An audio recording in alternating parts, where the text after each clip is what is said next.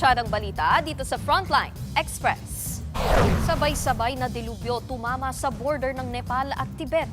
Daan-daan namatay at nawawala.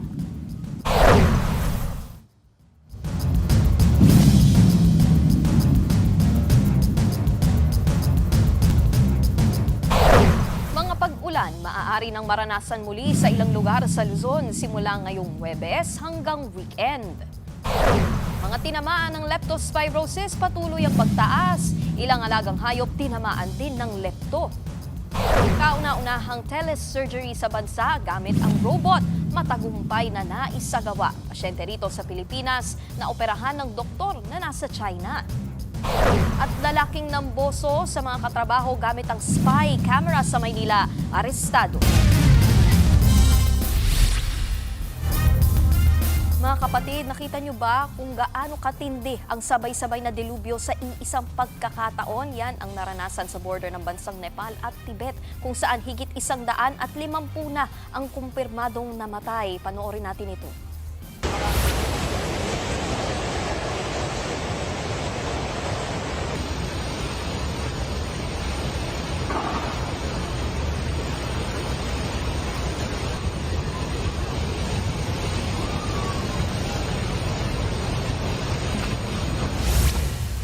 Ganyan nga kalakas ang epekto ng flash flood sa northern Nepal kahapon at ayon sa investigasyon, una munang tumama ang mga lindol sa lugar. At sa lakas nga nito, nag-collapse ang ilalim ng isang glacier o yung malaking tipak ng yelo. Nagdulot daw ito ng ice rock avalanche o yung pagguho naman ng yelo at bato at kalaunan ay nagresulta sa mudslides. Sa kuha ng CCTV, kita kung paanong nagsipulasa ng ilang residente sa isang compound bago rumagasa ang mga putik.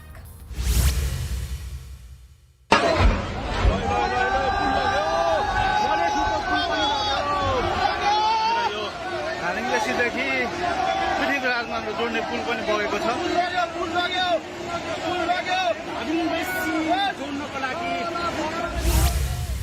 Sa isa pang kuha, kita rin kung paano nagtakbuhan ng mga tao bago palamunin ng landslide ang lugar. Marami ring infrastruktura ang nasira. Panoorin natin ito. ल यहाँ हामीले अब ओहो यार यो पुरै ड्याम फुटेर आएको यो घर गयो यो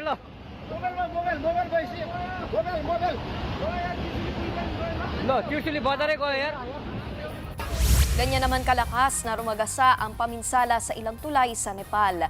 Maging sa kuhang ito, hindi nakalampas sa mga bakal na tulay sa tindi ng ragasan ng flash floods. Sa huling tala ng kanilang gobyerno, 157 bangkay na ang na-recover sa trahedya. Mahigit 400 pa ang nawawala, na karamihan ay mga turista. Inaalam pa kung may Pilipino na nadamay sa insidente.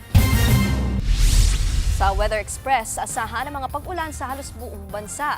Ayon sa Pag-asa, muling lumakas ang habagat. Ito ang magpapaulan sa Metro Manila, Zambales, Occidental Mindoro at iba pang lugar sa Luzon. Apektado rin ng habagat ang ilang lugar sa Visayas at Mindanao. Samantala, isang low pressure area ang binabantayan sa loob ng PAR. Posible itong maging bagyo sa mga susunod na araw at tatawagin itong Bagyong Pilandok. Hindi ito tatama sa lupa pero palalakasin ito ang habagat. Kaya't maghanda sa maulang weekend, mga kapatid. Sinasamantala naman ng Public Works Department ang maaliwalas na panahon para mag-inspeksyon sa mga bahaing lugar. Pinuntahan ng ahensya ang drainage sa EDSA Balintawak sa Quezon City. Umabot hanggang bewang ang baha doon kapag malakas ang ulan. Ayon sa DPWH Secretary na si Vince Dizon, nakikitang solusyon ang pagtatayo ng detention basin. Dito maiipon ang baha at didiretso sa mga daluyan ng tubig. Natayo natin yon is hindi lang natin maiibsan yung baha dito sa EDSA, kundi pati yung pababa, papuntang all the way to G. Araneta, mababawasan natin. Maybe at least half of the detention basin in BGC, no, yung sa Burgos Circle. No? Dahil nga sa sunod-sunod na mga class suspension dulot ng ulan, baha o di kaya ay landslide, inilunsad na ng Department of Education ang Ligtas Plus. Ayon sa DepEd, isa itong AI-powered website na malalaman ng lagay ng panahon at risk level sa isang lugar. Sa tulong nito, mapapabilisaan nila ang science-based decision kung kailangan bang ipatupad ang granular suspension sa klase. Bukod sa bagyo at pagbaha, makikita rin dito kung anong mga lugar at paaralan ang apektado ng lindol, pag-aalboroto ng bulkan at iba pang mga sakuna. Dahil sa mas dumaraming kaso ng leptospirosis, hindi lang basta punuan, kundi overcapacity na ang sitwasyon ng emergency room sa ospital ng Maynila kahapon.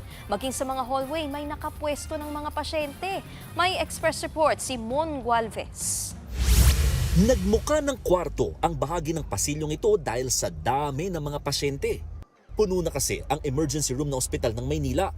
Ang iba, hindi na kayang mabigyan ng hospital bed kaya nagtsatsaga na muna sa wheelchair habang nasa hallway. Karamihan nakararanas ng mga sintomas ng leptospirosis. Sa ngayon, kinakaya po namin, advocate naman po yung dami ng mga doctors at saka mga nurses po natin. However, yung dagsa ng mga pasyente sa emergency room.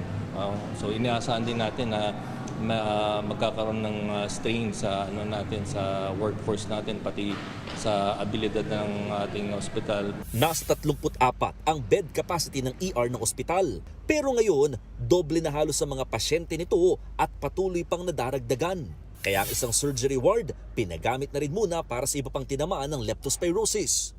Isa na riyan ang tricycle driver na si alias Eddie na napalusong sa baha sa Baseco. Namamanas na ang paa niya, naninilaw din ng mata at hinang-hina. Hirap na nga rin siyang magsalita.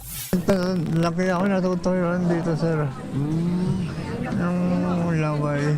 Tapos konting hirit lang, ubo na, ganun. Ganun din nga, sir. Dito masisimula.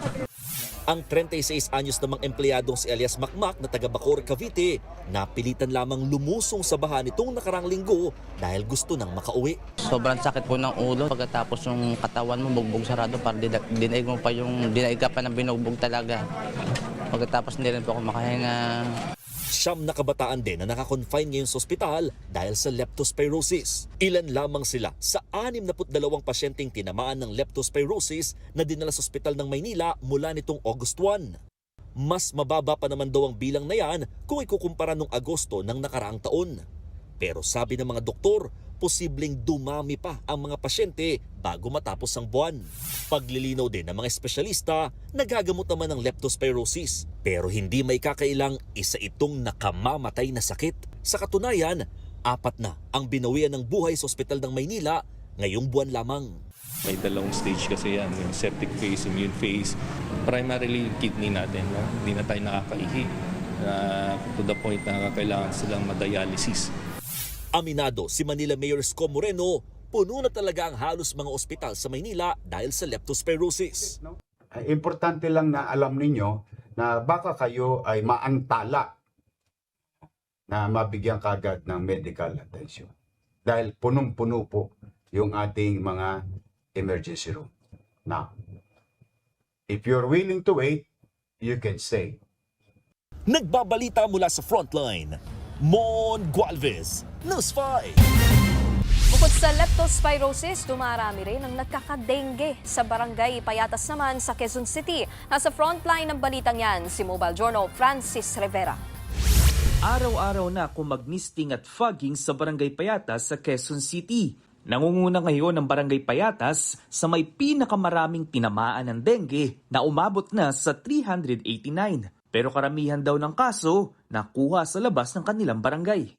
Gawa na mayroong mga nag-aaral sa labas ng Barangay Payatas. Alam niyo naman po yung Barangay Payatas is ang pangunahing hanap buhay ng iba dito is yung pagiging palero.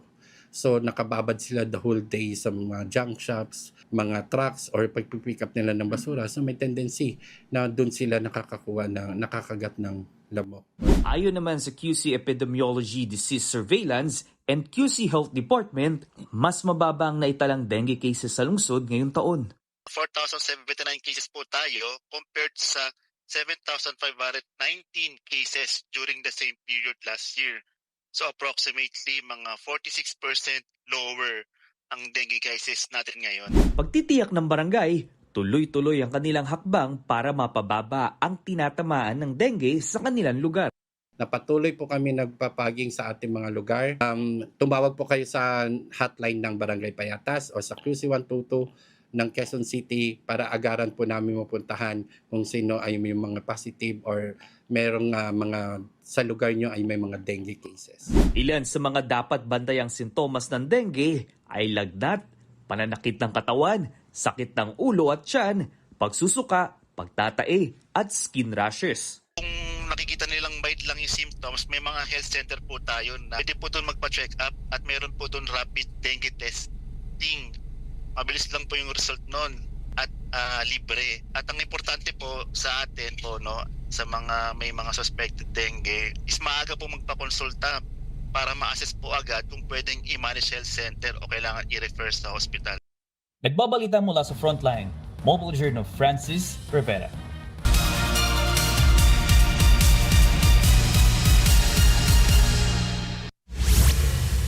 Sa impeachment trial kahapon, iginiit ni Senator Judge Robin Padilla ang kahalagahan ng alias o yung confidential names.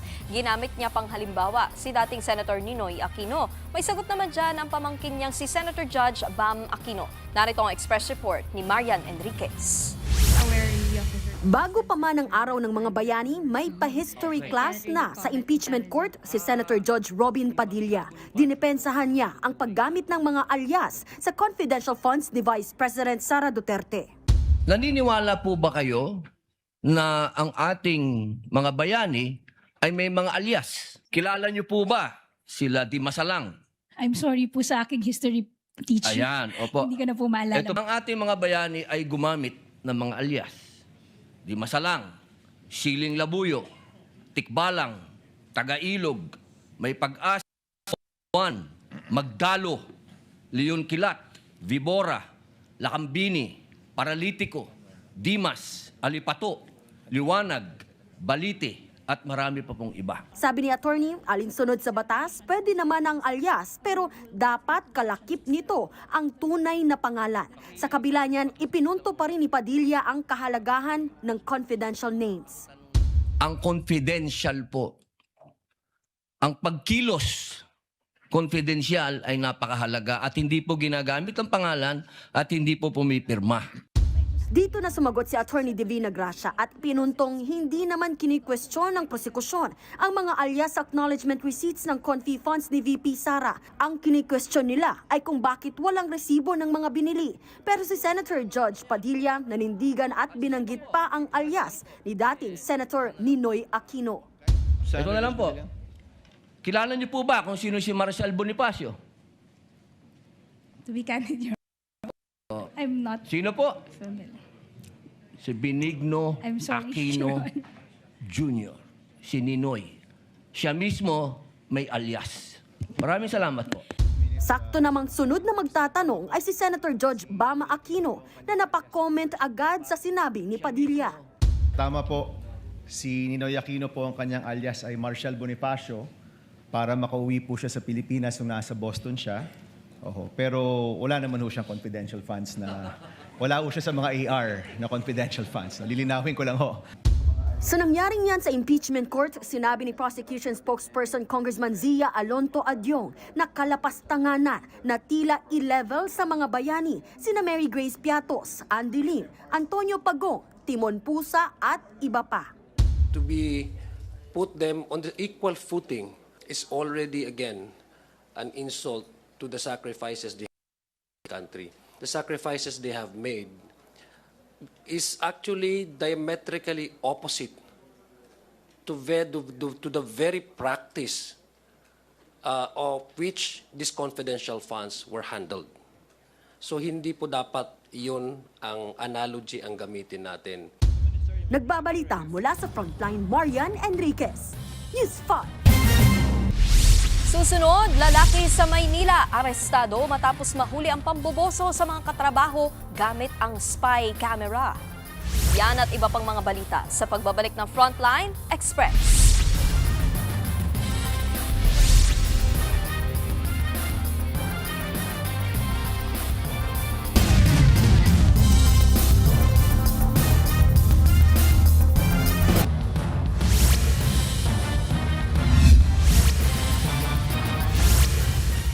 kapatid nating kababaihan maging mapanuri at mag-ingat lalo sa mga pinapasukan ninyong CR o banyo. Sa Maynila, kalaboso ang isang lalaki matapos mamboso sa kanyang mga babaeng katrabaho gamit ang spy cam na ballpen ang itsura. Narito ang express report ni Nina Ongpauco. Kita sa video na ito kung paano nagsiset up ng camera ang isang lalaki sa banyo ng kanilang staff house sa Malate, Maynila. Ang ginamit niya, isang spy camera. Ballpen ang itsura ng camera kaya hindi agad mapapansin. Pero nakita raw ito ng mga babaeng empleyado at nagduda sila rito. Nakita nila nakaipit doon sa may flush nung toilet. Tapos po? Ay, nung kinalikot daw nila, na-check nila parang hindi ballpen, hindi ordinaryong ballpen yung nakadikit doon sa ano. Nang suriin at tuklasang may lamang memory card ang ballpen, nakumpirma ng mga babaeng empleyado na spy camera ang ballpen sa pamamagitan ng online search. Nagpatulong sila sa isang katrabaho para makita ang laman ng memory card. Doon na nila nakita ang mga kuha sa mga babaeng empleyado na walang saplot habang naliligo. Nakita rin nila kung sino ang nag-set up ng camera. Nakatrabaho pala nila. 8 buwan pa lang nakatrabaho ng mga biktima ang suspect, pero hindi raw nila alam kung gaano katagal na ito naglalagay ng spy camera. Sa pagkakilala ko po sa kanya, pagkakilala namin sa kanya, mabait po siya.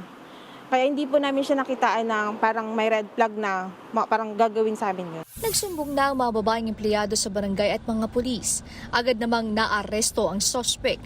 Tumanggi na siyang magbigay ng pahayag. Nakakulong na ang suspect sa Malate Police Station 9. Nakapagsampan na po tayo ng kaso laban po sa suspect. No? Sinampan po natin siya ng paglabag po sa RA 995 o yung Anti-Photo and Video Voyeurism Act of 2009. Nagbabalita mula sa Frontline, Nina Ongpauco, News 5. Sa pool sa video ang malapelikulang panghahablot ng kawatan sa kwintas ng isang lolo sa Cagayan de Oro. Paldo na sana ang snatcher pero ayon sa lolo, 250 pesos lang pala ang halaga nito. Yan ang express report ni Viril Montalvo ng News 5 Mindanao. Sa pool sa video ang tila pagpapambuno ng 2 lalaki sa gitna ng kalsada sa Cagayan de Oro City hapon nitong Lunes. Ang lalaking naka-helmet dali-daling sumakay sa nag-aabang na motor sabay harurot palayo habang ang lalaking nakaputi naiwan sa kalsada. Agad siyang tumayo at pinulot ang kanyang mga gamit. Ang naturang eksena, snatching pala. Sa imbestigasyon ng mga otoridad, patawid sana ang 77 anyos na biktima nang biglang hablutin ng suspect ang suot nitong kwintas. Buti na lang ang natangay nilang alahas, hindi pala totoong ginto at nagkakahalaga lang ng 250 pesos. Agad namang nakilala ang mga suspect. Target list talaga sila sa illegal drugs. So ito yung main na nag-resell ng illegal drugs. Identified na sila. May mga transaction din sila, nagtatransact talaga sila. Madaling araw nitong Martes, nadakip ang isa sa mga suspect sa ikinasang bypass operation ng mga pulis. Nakatakas naman ang kanyang kasama matapos makatunog na pulis ang kanilang katransaksyon. Nakuha mula sa suspect ang 6.1 grams ng hinihinalang shabu na nagkakahalaga ng 41,000 pesos. Na-recover din ang ginamit nilang motor. Mahaharap ang nahuling suspect sa reklamong theft at paglabag sa Comprehensive Dangerous Drugs Act. Patuloy namang tinutugis ang kanyang kasabwat. Nagbabalita mula sa Frontline, Bril Montalvo, News 5, Mindanao. Sinabla ng Malacanang ang pagsita ni Vice President Sara Duterte sa ilang salitang ginamit para ilarawan siya sa impeachment trial. Sabi ni VP Sara, hindi kailangan ng palabas at pagtawag sa kanya ng mastermind of a scam at brat para patunayan ang impeachment offense. Ilang beses kasi yang nasambit ng prosekusyon at ilang testigo sa gitna ng paglilitis. Na back to you naman ng palasyo si VP Sara, ang bise raw muna dapat ang magpakita ng magandang asal. Siguro dapat magsimula kay Vice Presidente na maging magalang din sa pananalita para hindi rin na ibabalik sa kanya. Pero ang palasyo at ang Pangulo hindi po tinotolerate ang mga salitang mapanira at mga ad hominem. Sinagot din ng Malacanang ang banat ni VP Sara laban sa administrasyon. Sabi ng bise, tila walang nananagot sa problema sa baha at kahirapan dahil impeachment at pagbaluktot daw sa batas ang inaatupag ng gobyerno. Sagot ng palasyo, bakit hindi tingnan ng bise ang pagbaha sa Davao City na baluarte ng pamilya Duterte? Nagsalita na rin po si Ombudsman Boying Rumulya na magsisimula na rin po sila sa pag-iimbestiga tungkol sa malaking po dito sa Davao City at tinuturing na epicenter ng mga flood control projects. Pero hindi naman po niya ibig sabihin na mayroon na agad na issue ng korupsyon.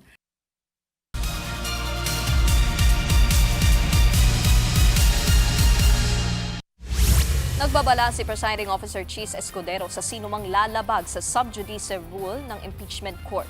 Sa ilalim nito, bawal ang pagbibigay ng komento at opinyon tungkol sa merito ng impeachment case ni Vice President Sara Duterte. Hindi raw dapat inuunahan ang magiging hatol ng impeachment court kaugnay nito. Posible raw kasing gamitin ng media para galitin o kumbinsihin ang publiko na pumanig sa isang kampo o para magkaroon ng trial by publicity. Sakop ng sub judice rule ang presiding officer, senator judges, depensa at prosekusyon, mga testigo at mismong respondent na si VP Sara. Papatawan daw ng parusa ang sinumang lalabag. The chair hereby strictly enjoins all persons covered by Rule 18.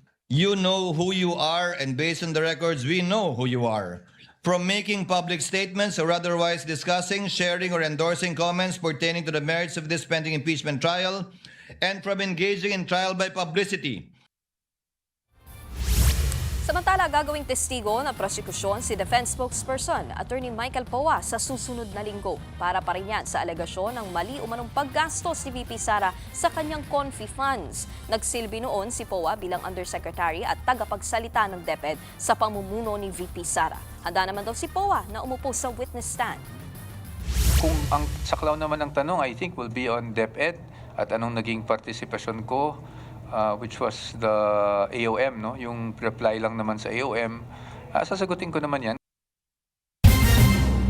Susunod, kauna-unahang telesurgery sa bansa gamit ang robot. Matagumpay na naisagawa. Pasyente rito sa Pilipinas na operahan ng doktor na nasa China. Yan at iba pang mga balita sa pagbabalik ng Frontline Express.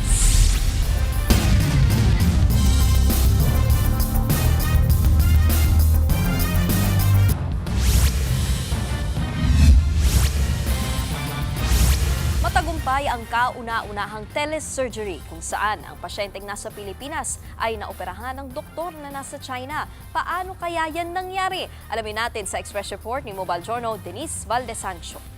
Isang 53 anyos na lalaki ang tagumpay na naisalang sa kauna-unahang telesurgery sa Urology Center of the Philippines.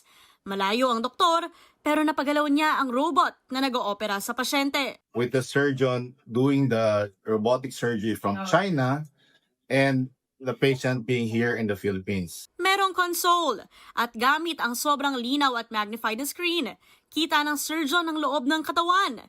The main advantage of the robot, one, you have less blood loss, less scarring, faster recovery. And for the surgeon, it will be ergonomic because the surgeon is doing the surgery in the console, sitting right there, without any fatigue. Internet ang gamit.